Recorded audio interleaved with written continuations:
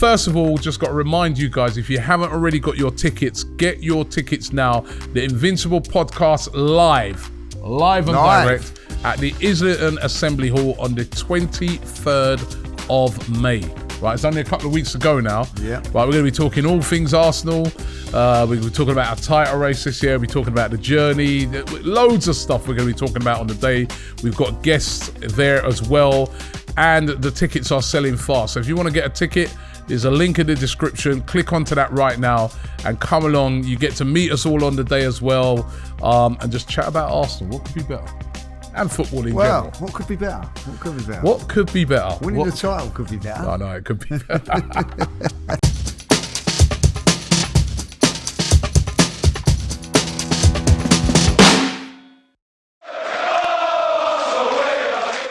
Welcome back to AFTV, everyone. This is the Predicted 11 video for Newcastle versus Arsenal. Now, if you've seen the preview, you'll know that Robbie and I are outside St James's Park, just not the Newcastle St James's Park. We're actually here at Buckingham Palace because here in the capital, in London, the home of Arsenal, it is Coronation Weekend. Coronation Weekend. This place will be packed.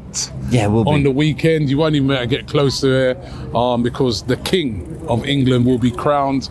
But who's going to be crowned? The King of the Premier League. Will it be Manchester City or will it be Arsenal? Well, one thing I can tell you is if we don't win this weekend, for me, officially, done, over. Yeah, I agree. There's a glimmer. There's a little glimmer now. Etihad. Yeah. There's a little glimmer at the moment. Right, Yeah. It's a little glimmer at the moment, but we've got to beat Newcastle. Yeah, and, I agree. You know, when you looked at the games that we had left in our running, this is one of those that we identified, along with the Liverpool one, and obviously having to go to the Etihad as the real tough games. And the form that they've been in, this is going to be a really tough game. Yeah. And I think the 11 is going to be really important because they've got a very, very strong side at the moment. Everybody's fit for them. They're flying. Not the same case for us, but I thought that some of the players that came in against Chelsea did really, really well, and gives a little problem now to Arteta on who he decides to go for on the weekend. I don't think it's a straightforward 11. You know, we've been used to most of the season. Yeah. You know, he's kind of, we all know what the 11 is going to be if everyone's fit. Yeah. I think it's a little bit different this week. Well, I was going to say, it's match week 35, and it's taken me this long to get to a Predicted 11 show and think, I really don't know what he's going to do. Yeah. One position I'm confident about is Aaron Ramsdale, as he used, so he stays in goal. But then we start to build the back four, and I think probably 3 of the 4 positions are interesting. We'll start with right back. Ben White stays in for me. Yeah, Ben White stays here. There's no one else, is there? I mean, part of the problem that Arsenal have had, and I was saying it to Lee on the Invincible podcast, is that Tomiyasu being out. I mean, Arteta's been unlucky with injuries, you know, because Tomiyasu being out has meant that he hasn't had the option of, like, when we got the injury to Saliba, moving Ben White back inside and then maybe saying to Tomiyasu be the right back, you know what I mean? So it's going to be Ben White playing on that right-hand side. He's been brilliant all season. He has looked, I don't know what you think, he has looked over the last few games to be getting a bit tired. I mean, this is a different role for him this season. Yeah. You know, playing right back, getting up and down that pitch is a lot of work, a lot of stamina is required for that. He has played most of his career as a centre-back, so I think he's kind of feel it a bit, especially towards the end of games. Well, we've got no choice. He's got to play. There's no one else. No, we've got no choice. And to be honest, across the season, he's been brilliant. But I agree. Maybe tiring a little now. Yeah. Now, centre-back gets very interesting because it's all about this Gabriel injury. Gabriel injury. Yeah. Obviously, came off against Chelsea with a hamstring injury. Arteta very coy. At the time of recording, we don't know if he's going to have trained, if they're waiting to last minute, if he's completely ruled out. And Kiwior actually slotted in as the right centre-back in Rob Holding's place because, in Arteta's words, we were leaking too many goals and it had to be addressed. So what would you go for, assuming Gabriel's fit? Because if he's not, it picks itself. Is the Archbishop of Canterbury over there? You know what I mean? So see if we can pray that Gabriel is well for this game, because what a season he's had. He's been brilliant this season, despite what Yardman said the other day. I couldn't believe, I'm having a go at Yardman on every video, that he was having a go at Gabriel. He's been brilliant this season. But it's like you said, it's like, if he's not fit, I guess it has to be Kiwior and Holding, of course, I mean, because that's all we got. if Gabriel is fit, then who do you go with? Is it Holding or Kiwior? For me, Kiwior came in the other day. I thought he did really, really well. I thought he got off to a bit of a shaky start. Yeah. Missed a couple of headers and things like that. I was thinking, but once his nerves settled, and I think this is a thing that fans we forget about sometimes, it's his home debut. Yeah. You know what I mean? In front of 60,000 playing against Chelsea. It's going to be a bit nervous. But once the nerves settled in, I thought he played well. You know what I mean? I thought so too. And if that was the reason he was brought in to stop the goals being shipped, we shipped lefts. None of the goals, the goal wasn't his fault. So, I'd start Kiwior. For me, Kiwior and Gabriel, if Gabriel's fit. If not, obviously, it's Holding and Kiwior. I completely agree. But whose fault it was that Chelsea goal, Zinchenko, at left back. And look, I sometimes think the Zinchenko's not great defensively thing is overdone. I think he's better in the air than people give him credit for. I just think his reading of the game's pretty decent. And also, I don't think you can underplay how important he is when he comes into midfield and gives us control. However, I thought the goal that Chelsea scored was appalling from Zinchenko's perspective. And this is the first time I'm really tempted to make a change and bring in Kieran Tierney. I thought he ruined his game the other day, Zinchenko, because actually defensively I thought he did well. He won a lot of headers in that game. I don't know if you noticed, right? And defensively he was sound, but then switched off and the goal was his fault. Yeah. And that's another one. I mean, Liverpool switched off, they scored. You know what I mean? I think in this game, where we're going to be under a lot of pressure, where we're coming up against a fantastic forward line of Wilson, Isak, Joe Linton, Almiron, these type of players. Murphy's been cannot afford any player to switch off. For me, this is the game where Kieran Tierney starts. I felt Kieran Tierney should have started against Man City. Yeah. And that's not to say that he ain't had his defensive lapses as well, because he switched off against West Ham.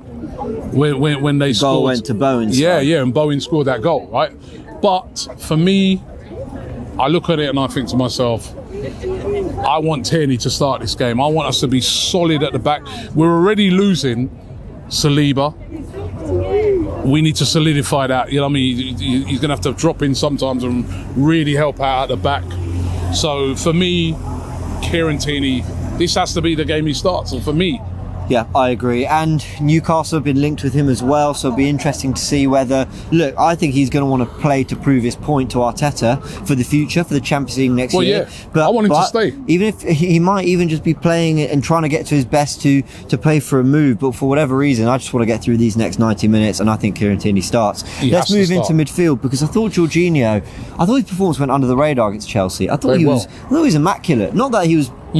by immaculate, I don't mean sort of perfect in terms of he did everything right, but I just mean very tidy. And his defending tidy, lots of blocks. The interception when Chelsea had the 4-on-2, he's the one who gets the block away and stops something happening there.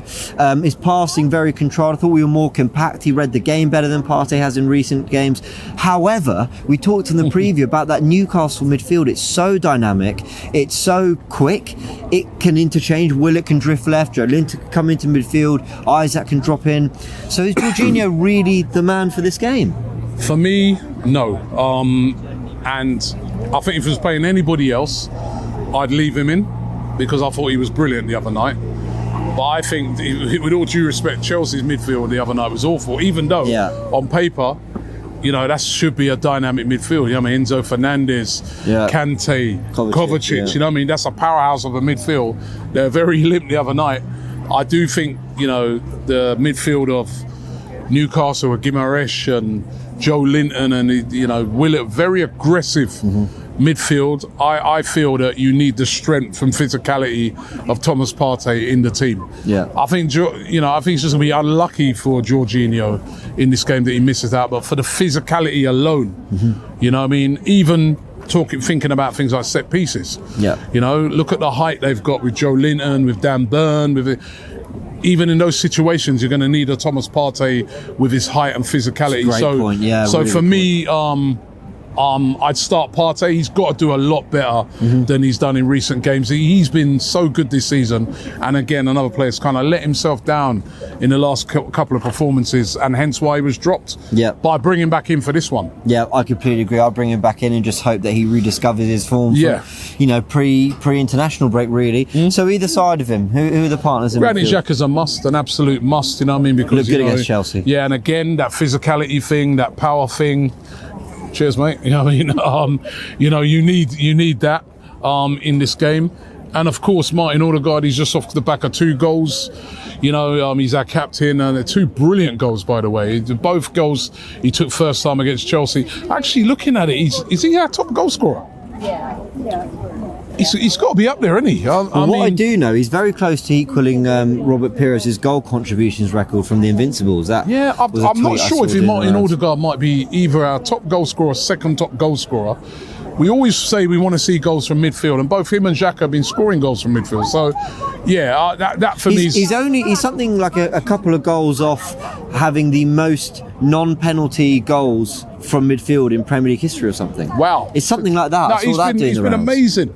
I know he had a one bad game against City. Everyone's, he's been brilliant this season, absolutely brilliant, and we need him to have a good game if we're to have any chance against Newcastle. So that's one of the first names on the team sheet for me. Okay, so your midfield 3: Odegaard, Partey, Xhaka, returning to what we've seen Arteta go with most of the season. Then you're going to the front 3. Trossard came in against Chelsea, and you know what I loved? It's tough, this front 3, man. You know what I loved about Trossard? He wasn't doing what Martin does, which is basically blistering pace, ripping Aspilicueta for 90 minutes. But I just felt his movement. He was just getting in different pockets, linking up with players.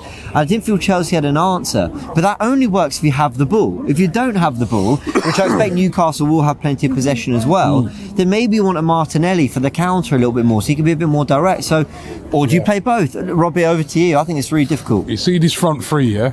And me and Lee were discussing it on the Invincible podcast, and it is so tough. Yeah. How do you leave out Trossard? Every time he's come in, he's been brilliant, hasn't let us down. I mean, these are the problems that we've got in the front 3 that I want in all positions next. Yeah, very true. I want these in all positions come next season, because that's the only way we're going to be able to, topple Man City. We've got to have some real high quality strength in depth, and we've got that with our front 3. Yeah. Now, I'm going to go with Martinelli over Trossard. And I know it's really harsh. I just think that I look at their Trippier, he's not the quickest. I look at Dan Burn, if he plays, I'm thinking they may even leave Dan Burn out because of the pace of our wide players. But I look on it and I say the pace and running of Martinelli will give a big problem, I feel, to Newcastle. And also, another reason why I go with Martinelli is his ability to track back and help out in midfield and help out, which is going to be required. So that's why I'd go for Martinelli. But if it's not Martinelli and it's Trossard, I won't be disappointed. So your front 3 is Martin, Jesus and Saka? Yeah, Saka for me starts. I know he didn't play that great against Chelsea, but listen, goal contributions, we all know the stats. He's number 1. We need his quality in this game, and again, we need him attacking your Dan Burns. We need him attacking those fullbacks. That is where we can get joy out wide. Yeah. So those 2 I'd have, and then Jesus. I thought he was brilliant against Chelsea. His hold-up play, very good, as well as scoring the goal, but it was his hold-up play which was amazing. I think it was the difference between when you saw Aubameyang for them, and when Aubameyang used to be at Arsenal, he could always get on the end of things, but what Jesus has got the ability to do is to keep the ball, hold the ball, go and get it, hold it, keep it, bring other people in, and in a game like this, that might be very, very important, you know what I mean? So again, you could go Trossard instead of Jesus. I think finishing-wise, Trossard's quality is probably, better than Jesus, possibly. Yeah, I think he's a better finisher, but for what we need in this game, I want to see I want to see Jesus in there, and I think he's on form. You know what I mean? A lot of people are, you know, I think he's got 10 goals for the season now in the Premier League, right? Yeah. When you consider he's missed 4 months, that's good. No, it's not bad. Yeah. You know. Yeah. That's You could really easily good. be looking at a 15 total for the season. I think hadn't he missed them 4 months? Yeah. You know what I mean? I reckon he could be up on the 20 Yeah. for this season. You know what I mean? So, but he's on form at the moment, and so he has to play for me. Yeah. What's your front three? Martinelli left, Trossard down the middle, and Jesus on the right. I've just gone for So you my leave form. out Saka? I've gone for my form players. It's the second game in a row I've called for Saka not to start. Yeah. And I don't think he was brilliant against Chelsea either. Look, because But you lose the dribbling though. You lose that guy. Jesus outright, can't he do that? He can do that, but you sort of, I don't know what it is with Jesus, right? I know when he gets the ball, and even though he's dribbling, he's coming inside immediately, right? Yeah. With Saka, you don't know. He can go outside, he can go inside. I just don't think we can afford to leave him out for this game. I really don't. I do think, hear it. And he's probably been our player of the year, I and his always goal look on it. contributions are mad. I always look at it and think, what would the opposition think? If Saka's not playing, they're going to be jumping up and down in that change room thinking, oh, brilliant, bit of relief. Right, so for me, he starts, but listen, it's a great problem to have, isn't it? It's a great problem to have. I've just what gone we for the form want players. everywhere. What I will say is the one time we didn't start Saka was that Leeds game at home. I actually thought there was something not right about the right-hand side, so even if he's there but not playing his best, remember the at least he got combination, something, combination between him and Ben White as well. Yeah, very Brilliant. true. Well, it's going to be interesting. I want to know your predicted 11. Well, not just the predicted 11, the 11 you would go with in the comments below. But of course, do hit us up on socials. Go to the AFTV Plus app. Do the 11 predictor. You can make your own 11 builder, shall I say. Send it to us on socials. And we want to see what you'd all go with, because this is still a massive game. We've got to keep the pressure on Man City. King up Do our front. job. Sorry? The king up front. Well, how's his hold-up play? How's his hold-up play? Go and ask him. He's only in there. Oh, all right, we'll pop in. See you soon. Sunday, 8 p.m. The Miami Grand Prix. We are having a party. It's going to be a lot of fun. We've got Sand, we've got Sam. I'm Sam. We've got all of us in the studio. It's going to be a great night. We're ready to go, and we'll see you there. Here at On Track GP. See you.